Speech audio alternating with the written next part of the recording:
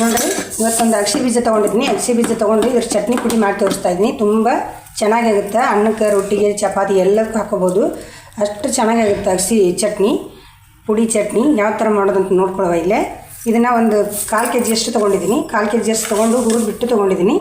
ನೀವು ಹುರಿದಿಲ್ಲಪ್ಪ ಅಂದರೆ ಹುರಿದ್ಬಿಟ್ಟು ತೊಗೊಳ್ಳಿ. ಸ್ವಲ್ಪ ಚಟಪಟ ಅನ್ನೋ ತನಕ ಕ್ಲೀನಾಗಿ ಹಸನು ಮಾಡಿಕೊಂಡು ಹುರ್ಕೊಂಡು ಚಟಪಟ ಅಂತ ನೋಡಿ ಅಲ್ಲಿ ತನಕ ಹುರ್ಕೊಂಡು ತಳಗಿಳಿಸ್ಕೊಂಡು ತಣ್ಣಗಾದ್ಮೇಲೆ ಮಿಕ್ಸಿ ಜಾರಿಗೆ ಹಾಕ್ಕೊಳ್ತಾ ಇದ್ದೀನಿ. ಮಿಕ್ಸಿ ಜಾರಿಗೆ ಹಾಕ್ಕೊಂಡು ನೀಟಾಗಿ ಒಂದು ಸಲ ಪೌಡ್ರ್ ಮಾಡ್ಕೊಳ್ಬೇಕು. ಆಮೇಲೆ ಅದಕ್ಕೆ ಖಾರದ ಪುಡಿ ಹಾಕಿ ಎಲ್ಲ ದಿನಸ ಹಾಕಿ ಮತ್ತೊಂದು ಸುತ್ತು ತಿರುಗಿಸಿದ್ರೆ ಅಕ್ಕಿ ಪುಡಿ ಚಟ್ನಿ ರೆಡಿ ಆಗುತ್ತೆ.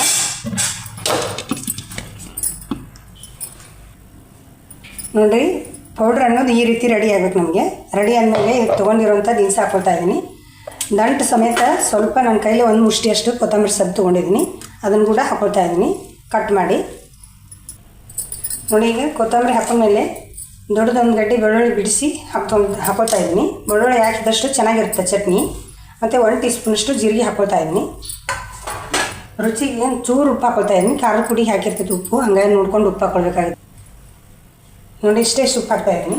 ಖಾರದ ಪುಡಿ ನಾವು ಮನೆಯಲ್ಲೇ ಮಾಡಿರೋಂಥದ್ದು ಹಾಕ್ತಾಯಿದ್ದೀನಿ. ಹಂಗಾಗಿ ಉಪ್ಪು ಜಾಸ್ತಿ ಆಗಿರ್ತೀವಿ ನಾವು, ಕಡಿಮೆ ಹಾಕ್ಕೊಂಡಿದ್ದೀನಿ. ನೀವು ಅಂಗಡಿಯಲ್ಲಿ ತಂದಿತ್ತಿತ್ತಂದ್ರೆ ಸ್ವಲ್ಪ ನೋಡ್ಕೊಂಡು ಹಾಕ್ಕೊಳ್ಳಿ, ರುಚಿಗೆ ಎಷ್ಟು ಬೇಕಷ್ಟು. ನಾನು 4 ಟೀ ಸ್ಪೂನಷ್ಟು ಖಾರ ಹಾಕ್ಕೊಳ್ತಾ ಇದ್ದೀನಿ. ಇದು ಖಾರ ಇಲ್ಲ ಹಾಕ್ಕೊಂಡು 1-2 ಸುತ್ತು ತಿರುಗಿಸ್ಕೊಂಡು ಬರ್ಬೇಕು ಇದನ್ನು. ನೋಡಿರಿ, ಪೌಡ್ರ್ ಅನ್ನೋದು ಈ ರೀತಿ ರೆಡಿ ಆಗಬೇಕು. ಎಷ್ಟು ಚೆನ್ನಾಗಿ ಬಂದಿದೆ ನೋಡಿ. ತಿಂಗಳಾನುಗಟ್ಟಲೆ ಇಡ್ಬೋದು, ಇಟ್ಟರು ಹಾಳಾಗೋದಿಲ್ಲ. ಅಷ್ಟು ಚೆನ್ನಾಗಿ ಬಂದಿದೆ ಅಗಸೆ ಚಟ್ನಿ. ಅಗಸೆ ಚಟ್ನಿ ಅಂತ ಹೇಳ್ತೀವಿ ನಾವು ಇದಕ್ಕೆ. ನೀವು ಅಗಸೆ ಪುಡಿ ಆದರೂ ಹೇಳ್ಬೋದು, ಅಗಸೆ ಚಟ್ನಿ ಅಂತ ಹೇಳ್ಬೋದು. ಇಷ್ಟು ಘಮ ಘಮ ಘಮ ಅಂತೈತೆ. ನಾವು ಮಾಡ್ತಾ ಇದ್ದಂಗೆ ಹಾಗೆ ಅಷ್ಟು ಪರಿಮಳ ಬರ್ತಾಯಿದೆ.